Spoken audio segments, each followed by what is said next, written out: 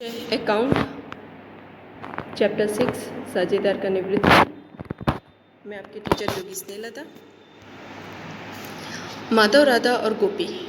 Question number 9। Madhav, Radha और गोपी 1/2, 1/3 और 1/6 के प्रमाण में लाभ हानि बांटने वाले साझेदार हैं। तारीख 31/3/2016 के दिन उनकी पेड़ी की पक्की तलपट निम्नानुसार थी। पक्की तलपट दी गई है। पूंजी दायित्व रकम, संपत्ति लेना रकम। पूंजी दायित्व पूंजी दी है माधव 1,36,000, राधा 50,000, गोपी 54,000। लेनदार है 50,000। टोटल इन सबका टोटल हुआ है 2,40,000। लेनदार है 50,000। कारीगर मुआवजा अनामत है 24,000। कारीगर कर्मचारी प्रोविडेंट फंड है 15,000। विनियोग कमी वृद्धि है 12,000। टोटल हुआ 3,41,000।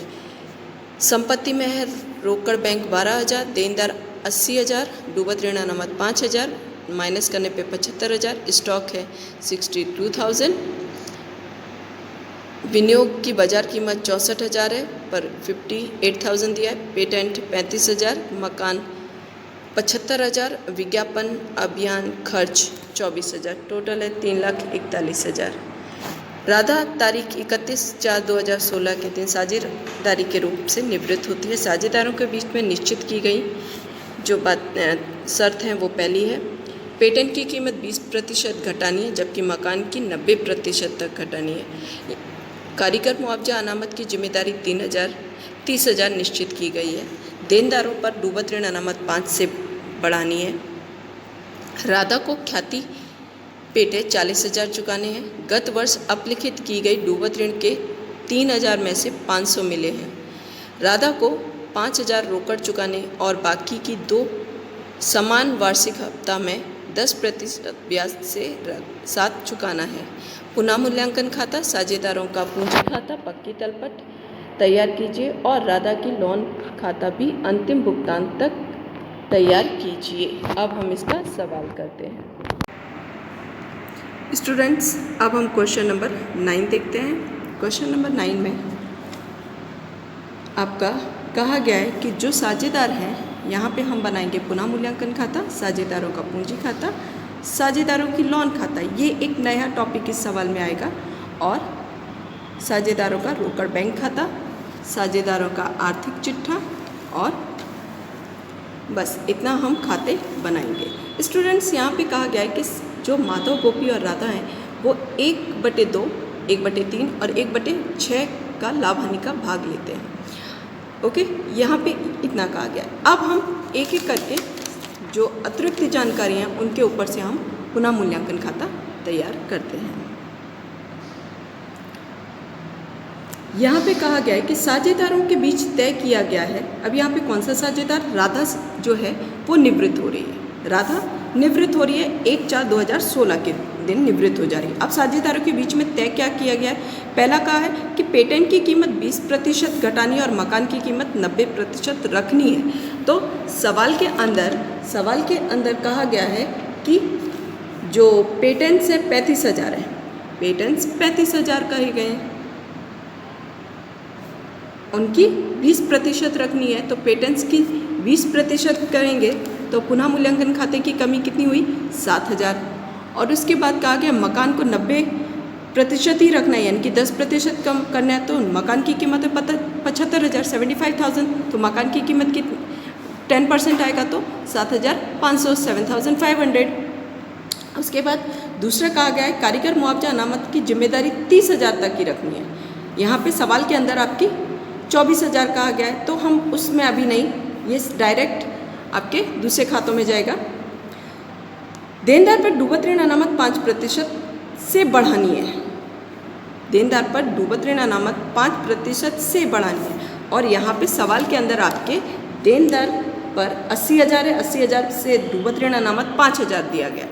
तो 80,000 का 5% निकालेंगे। 80,000 का 5% निकालेंगे तो कितना आएगा? 4,000। 4,000 आई। उसके बाद कहा गया है आगे सवाल के अंदर राधा को पेड़ी के जो है वो ख्याति 40,000 चुकाई है, ये हम आगे देखेंगे। उसके बाद कहा गया है कि पहले वर्ष में अपलिखित डूबत ऋण 3,000 उसमें से 500 वापस आई है, ठीक है। तो 500 वापस आई तो डूबत ऋण जो है, डूबत ऋण वापसी कितनी 500 लिखी है। ओके स्टूडेंट्स, उसके बाद कहा गया है राधा को 5000 रोक कर चुका है और वार्षिक हिसाब तैयार पे करना है। ओके, तो अब हम सबसे पहले पुनः मूल्यांकन खाता बंद करेंगे। तो टोटल क्या 18,500, यहाँ पे माइनस करेंगे तो 18,000 आया। 18,000 माधव, राधा और गोपी के उसमें बांटेंगे तो 9,000, 6,000 और 3,000, 9,000, 6,000 और 3,000 आएगा।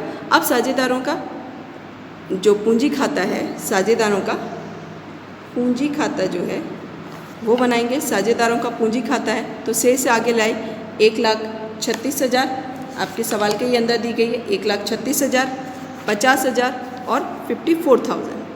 अब सवाल के अंदर कारीगर विनियोग, जो विनियोग बदगट फंड है यहाँ पे दिया गया है 12,000 है। साझेदारों के दिए गए अनुपात में, यानी कि दिए गए ये जो प्रमाण है उसमें हम बांटेंगे तो 6,000, 4,000 और 2,000 आएगा। माधव की पूंजी देखिए यहाँ पे ख्याति कितनी कहा गया है सवाल के अंदर 40,000।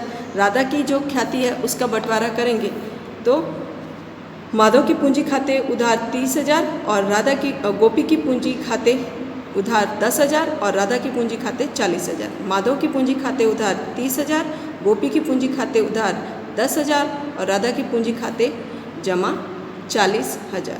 तो अब माधव की पूंजी खाते उधार 30,000 और गोपी की पूंजी खाते 10,000, किसके कॉलम में, राधा के कॉलम में। अब उसी तरीके से जमा पक्ष में राधा की पूंजी खाते लेकिन कॉलम माधव का और गोपी में 10,000 और 30,000 और 10,000, ठीक है। अब यहाँ पे आपके सवाल के अंदर जमा यानी संपत्ति लेना में विज्ञापन प्रसारित खर्च दिया गया 24,000, तो विज्ञापन प्रसारित खर्च उसी प्रमाण में बांट दिया जाएगा। तो विज्ञापन प्रसारित खर्च खाते उधार तो 12,000, 8,000 और 4,000। छठा पॉइंट कहा गया है कि राधा 5,000 रोकड़ लाएगी, तो राधा का 5,000 रोकड़ हुआ। पुनः मूल्यांकन खाता की ये जो हानि थी वो हमने यहाँ पे हानि 9,000, 6,000 और 3,000। ओके स्टूडेंट्स, अब हम टोटल करेंगे तो गोपी का पहले टोटल करेंगे तो 56,000 गोपी का यहाँ टोटल करेंगे और माइनस आएगा वो 39,000 शेष आगे लेके गए। उसके बाद हम राधा का टोटल करेंगे 94,000, 94,000 में से ये माइनस करेंगे तो 75,000 राधा की लोन खाते। उसी तरीके से माधव का टोटल करेंगे 1,42,000, उसमें से माइनस करेंगे ये सब तो 91,000 आएगा, यानी कि शेष आगे ले गए। तो पूंजी खाते अब राधा का लोन खाता, ठीक है। अब राधा का लोन खाता तैयार करेंगे तो यहाँ पे शेष आगे लाए, जो यहाँ पे 75,000 है वो यहाँ पे शेष आगे लेके गए। तारीख 1/4/2016 का है। और उसके बाद यहाँ पे ख्याति कहा गया है 40,000 और 5,000 और राधा रोकड़ लेके आ रही है, दोनों को प्लस करके 31/3/2017 बैंक खाते 45,000 रुपये। अब कहा गया है सवाल के अंदर ही कि बाकी रकम दो समान वार्षिक हिस्सों में देना है लेकिन 10% ब्याज सहित चुकाना है। तो 7,500 का 75,000 का 10% कितना ब्याज होगा 7,500 प्लस करेंगे 82,500। 82,500 में से 45,000 माइनस करेंगे तो 37,500 आएगा, यानी कि माइनस करने के बाद आएगा। अब वो नेक्स्ट ईयर उसकी प्रारंभिक शेष हो जाएगी। 1/4/2017 शेष आगे लाए 31,500, उसका 10% निकालेंगे 3,750 ब्याज। टोटल करेंगे 41,250, क्योंकि यहाँ पे दूसरा कुछ इस वर्ष में लेके नहीं आ रहे तो इसकी शेष यानी कि यहाँ पे बैंक खाते 41,250, 41,250, ठीक है, क्योंकि ये सिर्फ 2 वर्ष के लिए बनाना था, इस वजह से यहाँ पे ये खाता बंद होता है 41,250। अब रोकड़ खाता या बैंक खाता, तो शेष आगे लाए आपके सवाल में 12,000 दिया गया है। राधा पूंजी में 5,000 नगद लेके आई, डूबत ऋण वापसी 5,000, टोटल किया 12,500, इसमें से 5,000 माइनस करेंगे तो शेष आगे लेके गए 7,500।